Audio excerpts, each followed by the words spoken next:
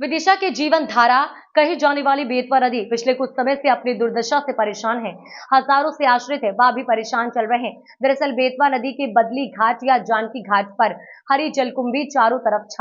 छाई हुई है। ऐसा प्रतीत होता है कि जहां पर पानी नहीं खेत है, इसकी स्थिति जल बहाव रोकने के कारण और शहर का गंदा पानी 5 विभिन्न नालों की वजह से बेतवा में मिलने के कारण जिम्मेदार है। इसी जलकुंभी को हटाने के लिए बेतवा उत्थान समिति, बाढ़ वाले भोलेनाथ सेवा समिति, अंगद सेना और अन्य संगठनों के माध्यम से इसकी जलकुंभी हटाने की प्रक्रिया प्रारंभ की गई है। आज सुबह बड़ी संख्या में सामाजिक सदस्य श्रमदानी बेतवा के तट पर पहुंचे और जलकुंभी हटाने का काम किया। हाँ, मैं गोविंद देवलिया विदिशा में इतिहास और सामाजिक क्षेत्र में काम करता हूं और आज समय की मांग है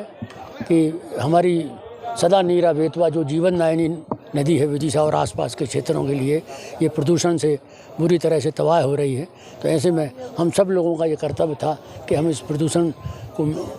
दूर करने के लिए जो प्रयास हो सकते हैं वो उन्हें करना चाहिए। अतः हम सब विदिशा के सामाजिक संगठनों के लोगों ने, विशेष तौर से मैं विरासत ग्रुप है हमारा एक बौद्धिक ग्रुप, उसके लोगों ने, अंगद सेना, संजीव प्रजापति की, बेतवा उत्थान समिति, अतुल साही जी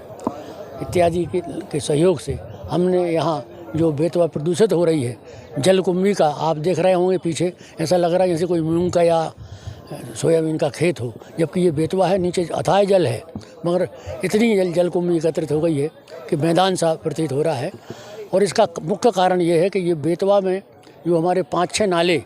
प्रदूषित नाले शहर के आसपास के मिलते हैं, ख़ास तौर से चोर घाट का नाला, ये सामने स्मशान घाट के पास जो जतरापुरा तरफ से आता है नाला, ये सब शहर का जो गंदगी है, मल मूत्र है,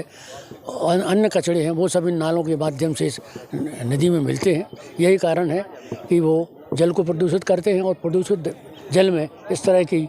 जो फंगस कहलाते हैं, ये जलकुंभी हो, काई हो, अन्य जल जो वनस्पति हैं इस तरह की, ये पैदा होती हैं। इसलिए सबसे इसका स्थायी उपाय तो ये है कि ये नाले हैं, जो प्रदूषण के मुख्य स्रोत हैं, उन नालों का ट्रीटमेंट प्लांट के माध्यम से उनका ट्रीटमेंट हो रास्ते में, और उसके बाद ट्रीटमेंट होकर ही यहाँ उनका पानी नदी में मिले। जिले भर में इसी पानी से, चाहे विदिशा हो, बर्री घाट हो, बासोदा हो, कुरवाई हो, ये तो बड़े कस्बे बताए हमने, और अनेकों गांव हैं जो बेतवा के पानी पर ही निर्भर हैं। पर दुर्भाग्य से अब जैसे जिस घाट पर हम खड़े हैं, इस घाट को लखेरा वाला घाट, बड़वाला घाट, जानकी घाट इत्यादि नाम से पुकारा जाता है। ये बड़ा धार्मिक महत्व का घाट है। अनेकों लोग सुबह सुबह 4 बजे 5 बजे से शहर भर की महिलाएं पुरुष आते हैं यहाँ स्नान करने के लिए। पर यहाँ की हालत देखकर कई लोग तो बाहर नल है, उस नल पर स्नान करके फिर मंदिरों की पूजन करने जाते हैं, आते यहाँ स्नान करने हैं, और इतना प्रदूषित जल है कि वो स्नान नहीं कर पाते हैं। इसलिए भी इस नदी का बड़ा महत्व है, धार्मिक महत्व भी है और जीवन